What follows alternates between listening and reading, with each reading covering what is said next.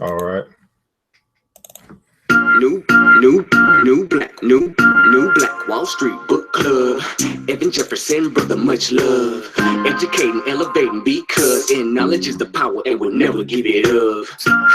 Literature that's for the masses. Where to put your money down, now how to watch your assets. Yeah, uplifting others is a passion. My brother Evan, he will turn it into action. New Black Wall Street Book Club. You should come read with us. Yeah, we comprehend and discuss. If we all just come together, there's no limit for us. Here comes your host, New Black Wall Street. Evan, take it away. New Black Wall Street Book Club. All right, my beautiful people, thanks so much for tuning in this morning. Good morning, good morning, good morning, good morning. I hope you're ready to rock and roll as we are readers that are leaders in this place. That's right. Black folk do read. We do find the clues. We do find what we're looking for because we seek and we find. Thanks so much for being here. What's going on, Kelvin? How are you? And Thori, how are you, brother? Thanks so much for returning again 2 days in a row. That's what I'm talking about. Classy Cheney. Classic Cheney's in the house. Thanks so much for being here. Go ahead and say hello if you are here. I want to say hello to everybody that's in the New Black Wall Street, that's over at the Atlanta Black Business Network, that's in Black Enterprise. It might be over the ERGJ Enterprises page or the ERGJ Black Bazaar page. You are welcome to come on over. We are broadcasting from my personal page this morning just to make sure that we reach as many people as we get into the lessons from the richest black man in the world. That's right, the lessons from the richest black man in the world. That's what we're going through today. We're picking up where we left off yesterday, where we were talking about no substitute for hard work. Now, of course, as I mentioned, the richest black man in the world, I hope you guys know that I wrote a book, and that book is called The Black Billionaires Club and How They Built Their Wealth. And the richest black man in the world actually happens to be in that book. And so here's the deal, guys. Out of 2,043 billionaires in the world today, only 12 of them are black. So I decided I was going to write a book because my belief is that if you want to be rich, you want to be wealthy, you should study wealthy people. Well, here's the deal. Most of the time we're studying wealthy people that don't look like us. We're studying the Bill Gates or the Steve Jobs or the Warren Buffetts of the world. Nothing wrong with that. But why haven't we found out who the richest black people in the world are, how they built their wealth, and maybe we can learn something from them? Well, the richest black man in the world left his book for us, and that's what we're going to be going through today. Left one book. He's actually written a couple, or had a couple written about him. We're going to pick that up today. Now, if you want to order the Black Billionaires Club and how they built their wealth, just go over to www.theblackbillionairesclub.com. Right now, there's a special going through Father's Day. Everybody put in the comments, well, Father's Day. There's a special going through Father's Day. If you pre-order the book, we're actually going into print today or tomorrow. Then if you order the book before Father's Day, we're going to give you a free gift. That's right, a free gift. And that free gift is going to be a class, stock market class for your kids. So your kids are going to be able to experience an introduction into the stock market. Warren Buffett, one of those guys that we may study, he started investing when he was 11 years old. And my question to you, black folk, why not your kids? Well, the reason why is because you probably are unaware that you have access to actually start investing for your kids in an early age. So that's why I do what I do as a certified financial educator, to inform you, to educate you, and to empower you about your very own money and how you can begin to make your money work harder for you than you work for your money. Well, I'm glad you guys put in Father's Day, by the way. I'm glad you did, because we actually do have a Father's Day special going on. Of course, the fathers, this is your week. Next week is your week. All year is your year. But we do have a special going on. That's actually for what you see me have on right now. It's actually an embroidered linen dashiki straight from the motherland. It's an embroidered linen dashiki straight from the motherland. So if you want to get your summer on, you want to get your summer on. You see what I'm saying, fathers? You want to get your summer on where you can pick up one of these linen dashikis. Now, here's the deal. The price is $75. That's the normal price. Well, we got a Father's Day special going on. Now, I'm going to let these things go because I only got a few of them for $60. Now, here's the deal. You can't have the one that's on my back, okay? I had to pick this one out. You know, this is my free advertising. But we do have a few that are available for it, and I want to show them to you, and then we'll get right into what we need to talk about today. We do have, now they all the same size, okay? They're extra larges, but if you larger than me, I'm 6'1", about 210 pounds. So if you're bigger than me, you might not be able to get one. But if you about that my size, it's a little bit smaller, this is going to be for you, okay? So I 2X's or 3X people, I ain't got nothing for you right now. Not in these. Anyway, this is the black and red one. Okay, black and red. You pick this up. I know there's a father that's looking to get this for a gift. And this is today only. This is today. Why today only? Because today's Tuesday. In order for you to get this, by the time Father's Day to give them a gift or to get it for yourself, I got to get it in the mail by tomorrow. So it's got to be today. Today only, which is June 13th. Now, the reason why I'm doing this today only because it just happens to be my father's birthday. So I'm doing a Father's Day, my father's birthday special for you. Okay. 622. Nah, I got something for you, but not this.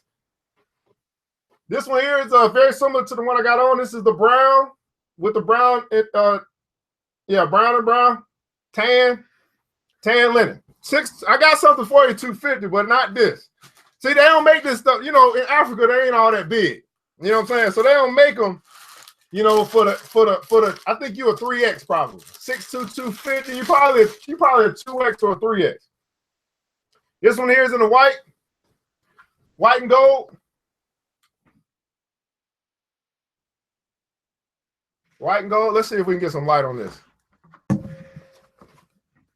There we go. It's white and gold. And then this is one of the most popular ones. And I only got 4. So all you got to do is just, you know, you want it, let me know, and you can get it. This is the kind of like sky blue, whatever, and yellow. Okay.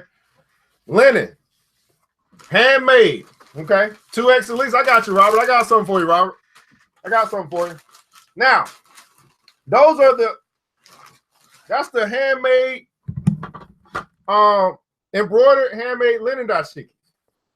Then we have the handmade dashiki, same price. Actually, yeah, same. No, this is gonna be for $50. If you want to get one of these, it's gonna be $50. These are the handmade dashiki straight from our seamstress in Africa. So this is the white and gold. You're not going to find this anywhere else, by the way. White and gold. This is a 2X. This is a 2X. Yeah, this is a 2X. Look how wide the arms are. Yeah, this is a 2X. This is like a 2X, 3X almost. So Robert, this actually would fit you more than likely, brother. You want to get something like this, I can do that for you, Robert. And then we have the other one. Again, it's $50 for the handmade dashikis. And we got white and blue. Okay. White and blue. Now I got the white and blue in a couple different sizes. I think I got large and extra large left. Okay. White and blue. That's $50 if you want to order a handmade dashiki, and it's got to be today.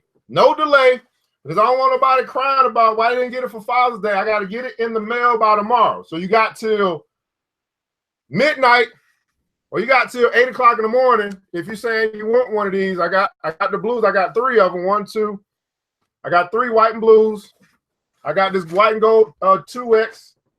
Robert, you can fit this if you wanted to get it. White and gold 2X. All you gotta do is just inbox me. Message me at my business page, and we'll make sure you get this thing out to you. Or if you want to do the embroidered dashiki, the linen dashiki. And that one of those that fit you, only got those in the extra large. Those are going to be $60. And I'll run through those again for you real quick. $60 today only. Everybody put in comments below today only. I don't want to hear no griping. Blue, white and gold, black and red,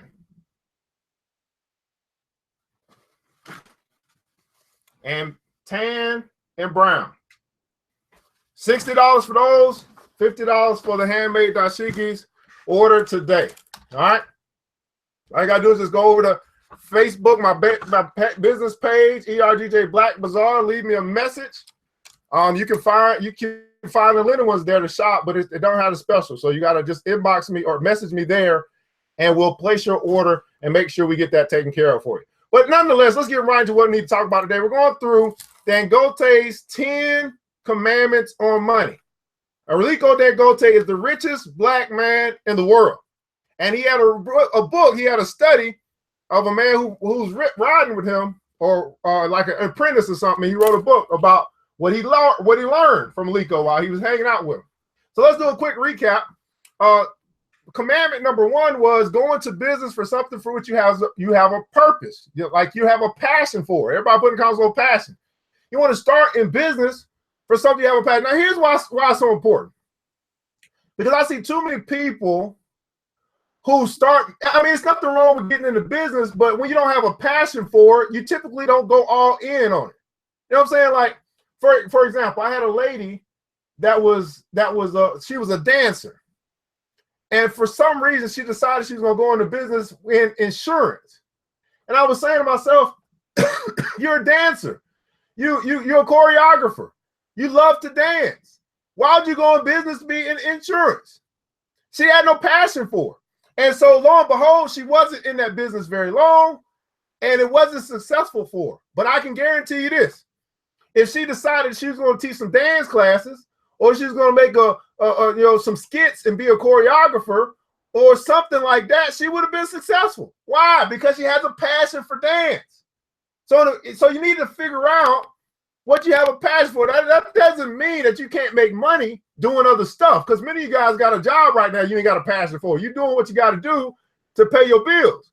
But you got to find your passion, because it's your passion that's going to take you through all the tough stuff. You know what I'm saying? Like, I'm passionate about what I do, and I got my passion puts me beyond the silliness of black folk. You know, the we sick boss stuff that I got to deal with on a regular basis. You know, my passion takes me beyond the we sick boss. Matter of fact, we just launched that line too. You get your we sick boss towel here, your sweat rag, wipe that sickness right on off for you. Wipe it right on off. You get the towel for $10. You can get the shirt. You can get the shirt for $20, and if you want to get both of them, you can get both of them for $25. But the we sick boss mentality in the black community, number one, they don't want to admit they got a problem. But my passion fuels me beyond ignorance, okay? And that's just what it is. It's just ignorance. We just don't know. It fuels me beyond that so I can keep going no matter what. Everybody put in the console, no matter what. It's my passion that allows me to keep going no matter what. And that's it. That's the end of the day. It's no matter what. Like, regardless of what I have to deal with, I'm going to keep going no matter what, because of my passion for what I do and the passion of what the change that I want to see made in the arena and the field which I'm in, which is financial literacy, right? No matter what. Now, the second commandment was to start small. He says, start small. Don't despise humble beginnings. I know that your vision is much larger than where you may begin, but start small. Just so you can start. Really, at the end of the day, you start small so you can begin to see some wins. Everybody put in the comments, see some wins. See, when you have a little bit of success, that gives you some confidence. Like, yes, that was a quick win. Yes, that was a win. Yes, that was a win. And it keeps you moving into bigger and bigger wins, because you got a track record of success behind you.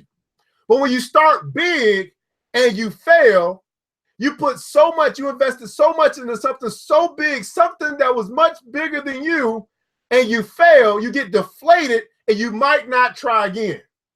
Start small. And then number 3, he said, to sell cheap, give quality, but don't kill the competition. Right? He wants you to be, in other words, in whatever business you decide to do, you got to be competitive, right? You got to be competitive. You got to have customer service, and you got to be, and you don't want to destroy or kill your competition. You don't want to create a monopoly. Okay? You don't want to underprice yourself so much that it moves your competition out, and now you become in a position where you're selling all this cheap stuff. You have no margin. You have no room for error. You can't have anybody return something, because that kills your profit. See what I'm saying?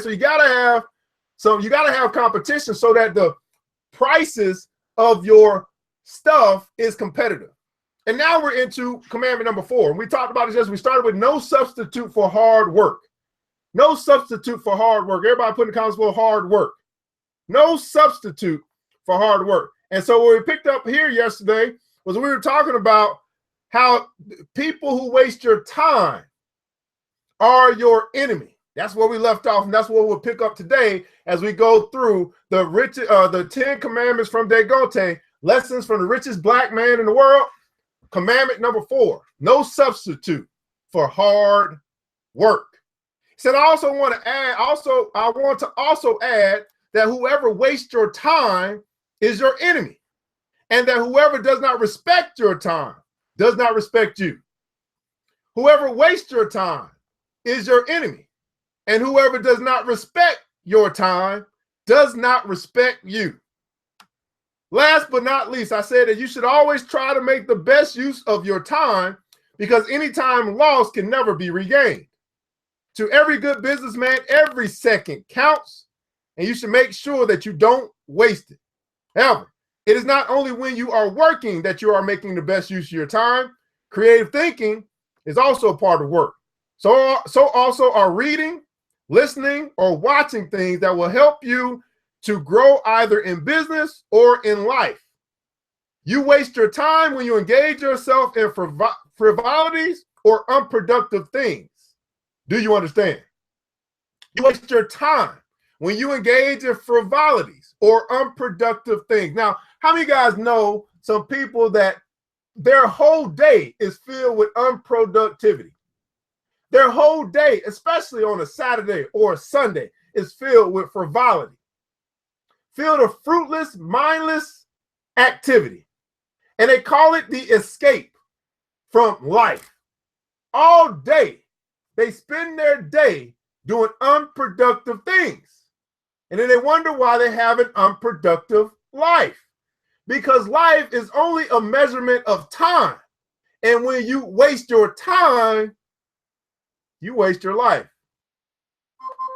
When you waste your time, you waste your life. What's up, Luther? How you doing, brother? What's going on, Brian? How are you? Miss Bethany Rucker is in the house. I said that I understood. I stood up, pulled back the chair that he was sitting on, and went back to his room. While I sat back to ruminate on the things he had taught me initially, the lesson was like quinine, or like work, and more work. When he said that one can at least read and watch television, I began to relax a bit. After all, he would not employ a staffer of the censorship board to come and live with me and censor the type of programs I should be watching. I don't watch any other thing apart from discoveries and documentaries, though they are highly educated. When I went to my room, I went straight to the bathroom, took my bath, and went to lay on the bed. One strange thing about me was that as a teenager, I was not a great eater. Food neither interested me nor excited me as it did my peers. I ate only out of necessity. Wendy B's in the house. What's going on, Wendy? My mother was initially disturbed about it and had complained to our family doctor. The doctor had said seen the complaint as a big opportunity to exploit our family financially. What my mother did not know was that my family doctors were not happy with kids because they don't suffer from measles anymore. The vaccines that are given to children at birth, which prevent a lot of diseases that affect children, have made having family doctors more like a status symbol. However, doctors are not comfortable with that reality, and that is why once an opportunity comes their way, they want to do an overkill to show their relevance in the home. When the doctor came, he did a lot of things that I considered not necessary, like lying me on the couch and putting his stethoscope on my head and on my stomach. At the end of the razzmatazz, he wrote a long list of prescriptions that when my mother read it, she peered at me suspiciously as if I was already on the danger list and needed to be taken to a intensive care unit without delay. As my mother was going through the prescriptions, the doctor was pacing up and down with every air of importance as if to say that his timely arrival had averted my imminent death. That list is not necessary, I told my mother. Nothing is wrong with me. Shut up, my mother retorted, waving the list in my face. Are you a doctor? But inside me, I was convincing that nothing was medically wrong with me and that if I needed any drug at all, it should be one to stimulate my appetite. Behaving as if I've never existed, the doctor packed his equipment into the bag and on getting to the door, paused and said to my mother, make sure that he takes all the drugs according to prescription. With that, he disappeared through the door. I bit my lips. He is smart. He did not want to join issues with me, I had thought. The drugs, which must have cost my mother a fortune, came in droves and almost turned my little room into a dispensary. But what neither my mother nor the doctor realized was that you can only lead a horse to water, but you cannot force it to drink. Everybody put that in comments below. You can lead a horse to water, but you can't force it to drink. The best that you can do is to try, but the boat stops at its table. The horse would always take the last decision. So instead of drinking the drugs according to prescription, I was throwing them away according to the same prescription. And as such, my mother never suspected any foul play. She was waiting for me waiting for me to complete the medication and turn to a food guzzler. But in my mind, I assured her that she would continue to wait in vain. As I was ruminating on the lesson on hard work, my mind went back to the time in Nsukka, southeast Nigeria, where I was born and where my family was based when I was a child. There, I had a friend named Okuzi Ize. Though he is many years older than me, we were like soulmates. The chap was very intelligent, but because of the poor financial background of his parents, he could not go beyond primary 6. After his basic education, Okechukwu, I can't even say it, who came from a polygamous family, went and did apprenticeship under his elder brother. The said elder brother, who was not of the same mother with him, was into beer retailing. After 3 years of apprenticeship, Okechukwu was settled with 10 cartons of beer and a small kiosk. No cash was given to him. However, when Okechukwu started his own business, he refused to sell the beer in bottles. His elder brother, who taught him the trade, had over 500 cartons in his warehouse and was selling in bottles to those who could not afford to buy cartons. But Okechukwu, with only 10 cartons, refused to do that. He told those who could not afford to buy in cartons from him to go elsewhere. People concluded that he was crazy. He would sit in his shop from morning till night without making any sale. If he became hungry, he would pluck a mango and eat it, as he did not have money to buy food from the vendors.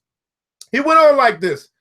He went on like that till one day when an exotic car pulled up in the front of his shop. A man was looking as if he was on the side of the right of the rich alighted, walked into the shop and asked Okechukwu if he could supply 50 cartons of beer.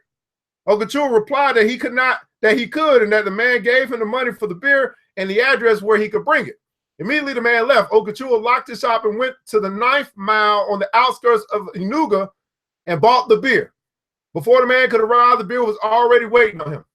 Impressed by Okechukwu's performance, the man gave him the names of 2 directors of premier breweries, and within 2 years of going into business, Okechukwu became one of the major distributors of the brewery. He was bringing in at least 3 trailer loads of beer to Nsukka every week, from 9th mile to Onitsha, so much so that at the time even his elder brother was coming to buy from him. By his 3rd year in business, Okechukwu had so established himself to the extent that most of the beer distributors in the 5 local government areas that made up Nsukka zone were coming to buy from him. After going through Okechukwu's success story in my mind, everybody put in the comments a little success story. Before we move forward, I really want you to think about what we just read. This young lad who primary 6th grade got into the beer business. And in the beer business, he had saw some level of success from his elder brother. But he had decided how he was going to do business. He had decided how he was going to do business.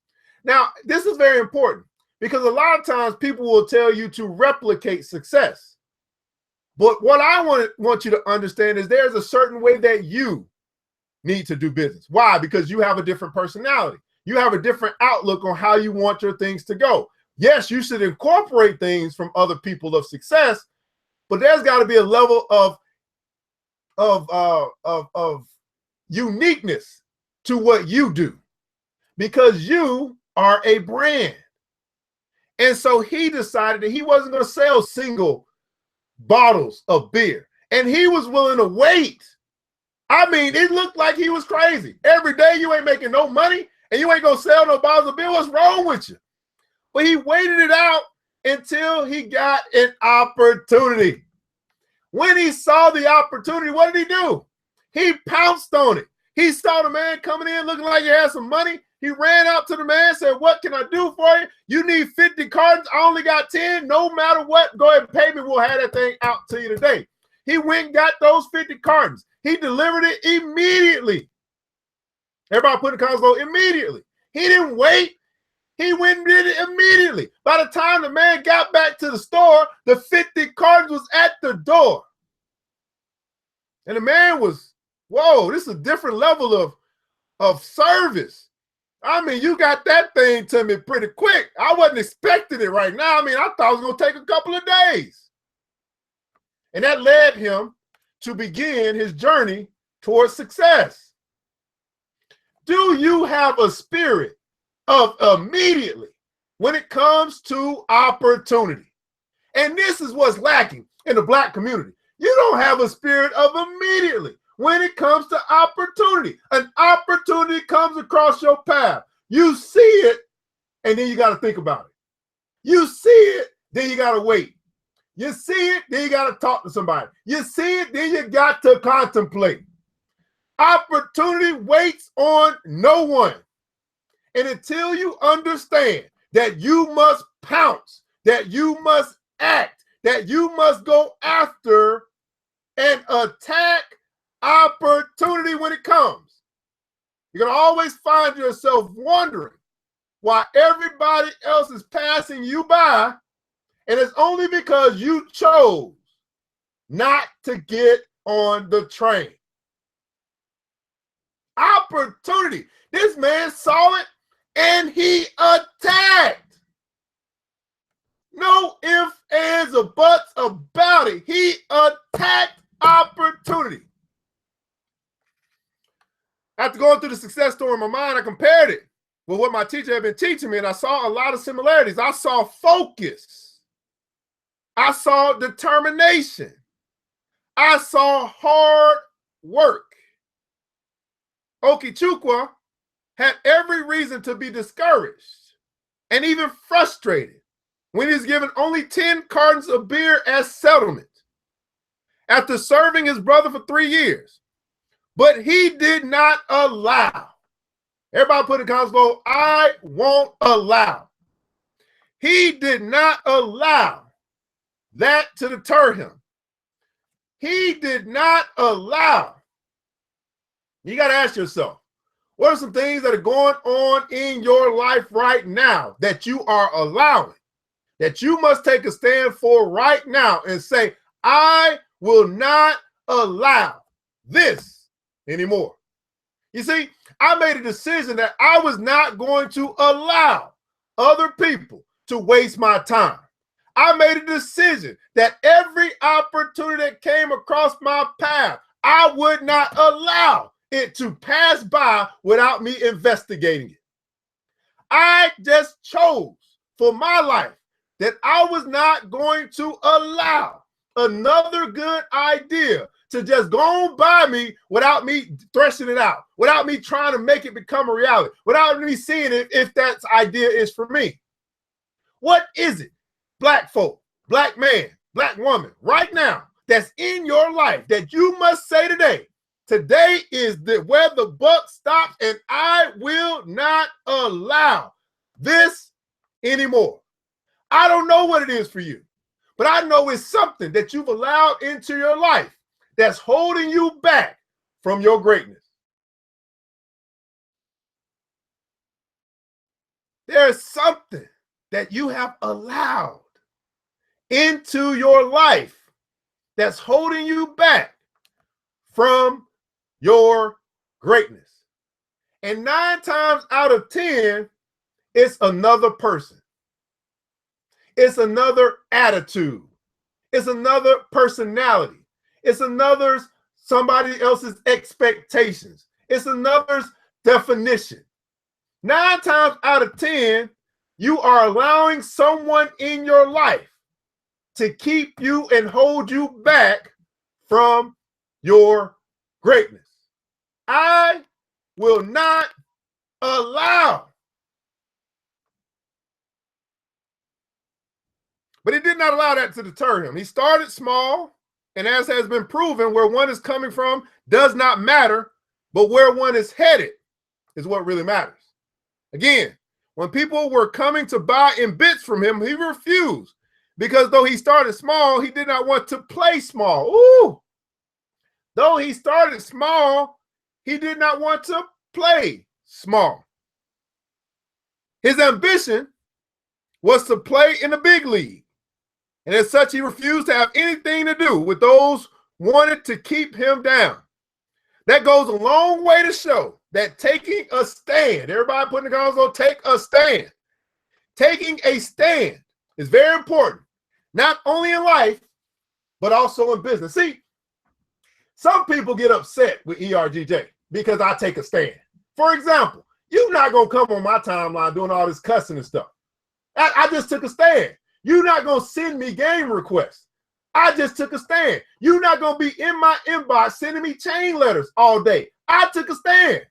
I don't know about you, but that's just me. I just took a stand, and that ain't going down on my timeline. That ain't going down in my inbox. I don't have time for the foolishness. I just took a stand. Whether you like it or not, I took a stand. And I don't know what you stand for, but I know what I stand for. And that's what's important, that you know what you stand for.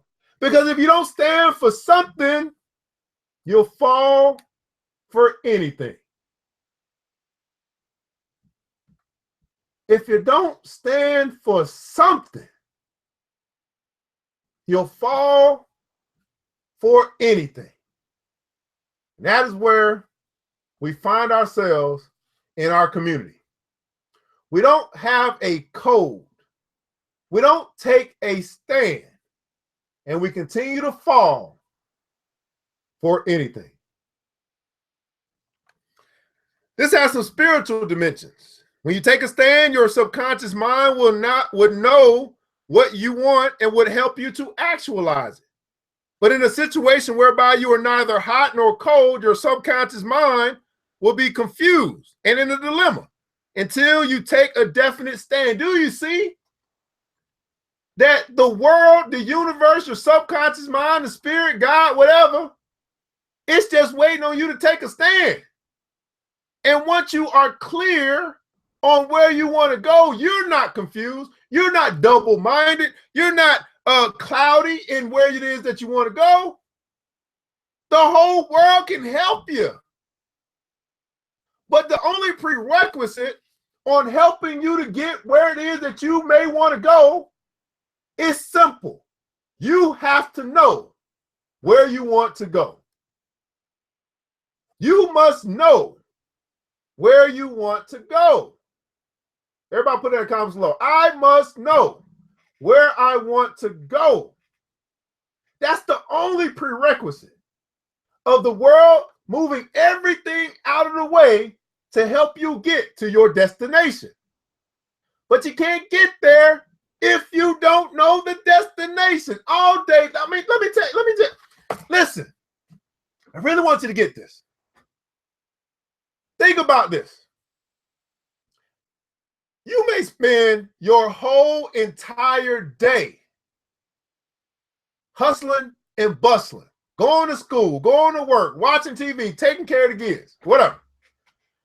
But how much time have you spent out of 24 hours, since Monday, 48 hours, whatever?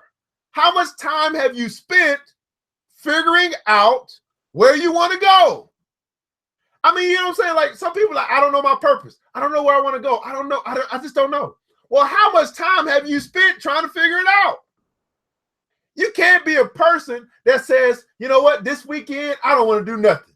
This week, I just want to relax. I don't want to think about nothing. I'm going to turn the TV on. I'm going to get my wine. I'm going to get intoxicated. I'm going to get high today. And then on Monday, you're complaining because you don't know where you want to go. You spent no time trying to figure it out. You would rather get intoxicated. You would rather escape from life. You'd rather get high today. You would rather do that than figure out a direction for your very own life, for the life of your family, for the life of your career. You would rather get high and drunk.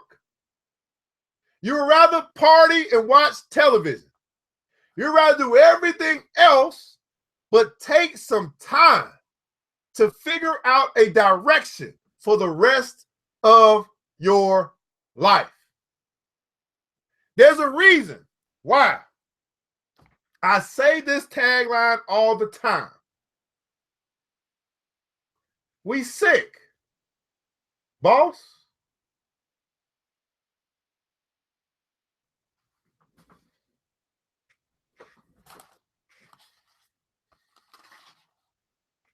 Okachua's elder brother had thought that selling to every category of people would be the fastest road to riches, but he did not know that spirit does not work that way. You don't keep your subconscious mind in doubt and expect to get great results. Everybody need to write that. You don't keep your mind in doubt and then expect to get great results. You don't keep your mind in doubt and then expect to get great results. In fact, if you do that, you walk alone. Had it been Okachua was selling in bits, those who were buying in bottles would have gradually turned his shop into a mini drinking joint, and he would not have the quietness to focus on his dreams. Not only that, when the man that changed his life came and made a request, Okachua would not have had the gut to ask those drinking in the shop to go so he could lock his shop and go for the 50 cartons, because he would be afraid of losing customers as well as companions. He would have probably decided to go for the purchase the first thing in the next morning, and probably the owner would not have been impressed, and as such would not have given him any of the connections that ultimately changed his life. This is because no rich man would give you an opportunity if you do not distinguish yourself. Everybody put in comments, distinguish yourself. Listen to this. No rich man, and not just a rich man, no person. Think about it. When you have great service and you're recommending someone to somebody, that's because that business or that small business owner or that black business owner have distinguished themselves from the competition. And he's saying here that no rich man will give you or I an opportunity if we have not distinguished ourselves. Now, I really want you to answer this in the comments below. What makes you different? What makes you stand out from the crowd? How have you distinguished yourself so that opportunity, you continue to attract opportunity? See, opportunity does not come to the crowd. It comes to the crowd, but the crowd can't see it because it's crowded. The only people who can really see opportunity are those who stand out above the crowd and they can see over the horizon. How have you distinguished yourself in the marketplace? How have you, and listen to this, how have you, woman, distinguished yourself in the dating arena? How have you, black man, distinguished yourself in business? How have you, Wendy B, distinguished yourself in nursing? How have you distinguished yourself? What makes people look at you and say, there is something special about you? How have you distinguished yourself? You see, if you go to my business page, ERGJ Black Bazaar, you'll see nothing but 5-star ratings. If you go over to ERGJ Enterprises and you look at that review page, you'll see nothing but 5-star ratings. How have I distinguished myself? Number one, I do what I say that I'm going to do. Number two, I do it faster than I say that I'm going to do it. In other words, I under promise and I over deliver every time. Not once in a while. I under promise and I over deliver every time.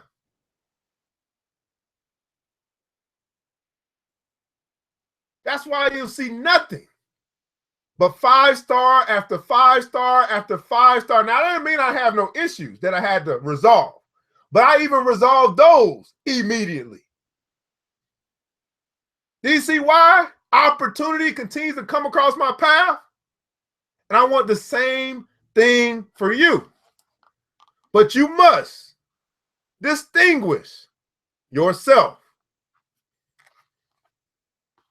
Yes, you right about that. Wendy B, I'm telling you, your personality is something else. I know that firsthand. I have a personality that makes others feel comfortable and feel as though they can trust me. My work ethic also makes others feel confident that I can get the job done and get it done well. Brian Gill said, providing a more personalized professional service. Absolutely.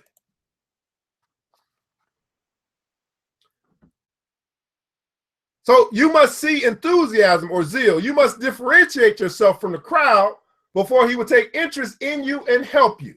Just as my teacher taught, Okajua did not mix hard work with enjoyment. He kept the two wide apart. When the money was rolling in, he never followed the trend by buying the dresses that were in vogue. His concern was to look clean and tidy. People, including his peers, would call him all kinds of derogatory names like Money Misrolled, Chop Alone, Die Alone. But he was not in the least perturbed. His focus was getting to the top, and he was determined to get there through a dint of hard work. He was taking the rungs of the ladder of life, two at a time, but because he was not loud, people around him did not know that he was moving up.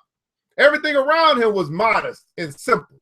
He never showed any sign of affluence. When he was rich enough to buy a brand new car, he bought a Kawasaki motorcycle. When he was rich enough to buy an exotic car, he bought a fairly used Toyota Carina. When he could comfortably afford the most expensive sports utility van, commonly referred to as a Jeep in Nigeria, he bought a fairly used Mercedes-Benz car. As he was modestly progressing in material acquisition, he was also making more business connections in high places. From local government chairman, he got connected to the members of the State House of Assembly, and from there, the members of the National Assembly, and even state governors as well as captains of industry. But all that he never boasted about. You would only know that he knew one state governor or one senator if you chanced on him making or receiving calls. He neither bragged nor boasted. The more reason people around him never knew his worth. Okajua himself never believed that he had achieved anything. He was never satisfied with past successes. He strongly believed in the principle of stretching and pressing forward. He was always reaching for new heights. That he became #1 in any endeavor he undertook in the Suka senatorial zone within 5 years of his going into private business never made him say, "Let me relax a bit and enjoy myself." That he came from a very poor background and later was hobnobbing with state governors, senators, and captains of industry never got into his head. That he was employing his peers never made him to think that he had arrived. He was simple and down to earth. His only care in the world was work, work, and more work. Well, guys, this is commandment number 4, which says there is no substitute for hard work. And I'm hoping that as we read through today's passage, that you learned something today. And whatever it is that you've learned today, go ahead and jot that down in the comments below. This is your way of exchange. See, money, I teach the children that money is the exchange of value for value. And if you felt like you got value being here with the New Black Wall Street Club today, then the value that you can give in return is your feedback, what your lesson was today, what you took away from today as we go through the Dangote's 10 commandments on money, lessons from the richest black man in the world. So go ahead right now and let us know what it is that you learned today. What was your takeaway? What is it that changed your life, changed your thinking, or changed the way in which you are going to do things moving forward? There's no substitute for hard work. Now, as you guys write, because I know I talk faster than you type, we're going to let you know again, I did write a book, The Black Billionaires Club, How They Built Their Wealth. That book is ready for pre-order. It's actually going into print this week. You want to go to get the pre-order, go ahead and do that before Father's Day at www.theblackbillionairesclub.com. www.theblackbillionairesclub.com. If you do that before Sunday or by Sunday, you're going to get the free class, stock market class for kids, a $99 value with your order. I'm also going to go ahead and sign, you'll have a signed authored copy for everyone that ordered prior to Father's Day. We do have a Father's Day special, which is your embroidered linen dashikis like you see me have on. They are normally $75. Today and today only. You can get them for $60. I only got 4. I got the one in black. I got the one in brown, tan, black, and red. This white one probably going to be going. I'm probably going to give this to my dad. White and gold. And then, but if you order it, you order. And then teal or blue, sky blue, and yellow. But then also we do have the handmade dashikis, which are available for you as well. We got those in the white and blue. These are going to go for 50. We got one white and gold and 2X. And then I got a few in the white and blue. These are handmade straight from our seamstress in Africa. Okay. This is not no regular dashiki. This is a handmade dashiki. And I got these. I got 3 of these in different sizes. So you let me know. I got them in large and extra large. Okay. So if you want to order any of those, the handmade dashikis are 50. The embroidered linen dashiki is 60. And it's for today only. Why today only? Because it's a Father's Day special, and I have to have it in the mail by tomorrow to make sure that you, the father, or the gift that you're getting for your father, get to you by Father's Day. That's just what we got to do. We can't be giving our fathers the gift on Monday. We got to make sure we get that thing to them early or on time. They're right. Said others will have value as much as you value yourself. If you don't put in the work to value yourself, others won't work with you. When the B says this, he says that I learned to capitalize on the characteristics that make me different from others. Might my differences count? And of course, you got 86,400 seconds, I believe, today. Invest your seconds, your time wisely. Well, guys, you can follow me at the www.ERGJ Black Bazaar. That's where you can leave your messages for whatever it is that you want to order today. We also do have the We Sick Boss collection, which is out right now. We got the sweat rags, which are going for $10, the We Sick Boss sweat rags. Now, what is We Sick Boss? It's just basically saying, guys, that we acknowledge the first step to recovery is to acknowledge and admit that we got some issues. And if you're a person saying, you know what, I'm ready to step out and say, you know what, I do got a little issue. I do got a little problem, but I'm willing to recover from this post-traumatic slave syndrome. I'm willing to recover from all of the craziness that I've dealt with in my life. I'm willing to go ahead and admit I might be a little sick. I mean, everybody got their ish, but that's what we can do, guys. We can wipe that sickness right on off of us. That's right. We can get that thing right up on off of us, and we can move towards recovery and move towards prosperity. Well, guys, ERGJ, your certified financial educator, founder of the New Black Wall Street. I want to say thank you so much for being here today with the New Black Wall Street Book Club. Well, we learned a lesson from the richest black man in the world. I want you to remember this, that it takes a village, but it starts with us. Let's build black wealth together. Have a terrific Tuesday. I'll talk to you soon. It's the New Black Wall Street Book Club. Wall Street with your host Evan Jefferson. It's time for us to go. Yeah. Now you ain't gotta leave the computer, but we encourage you to get out there and learn and apply all the things you learn at the New Black Wall Street Book Club.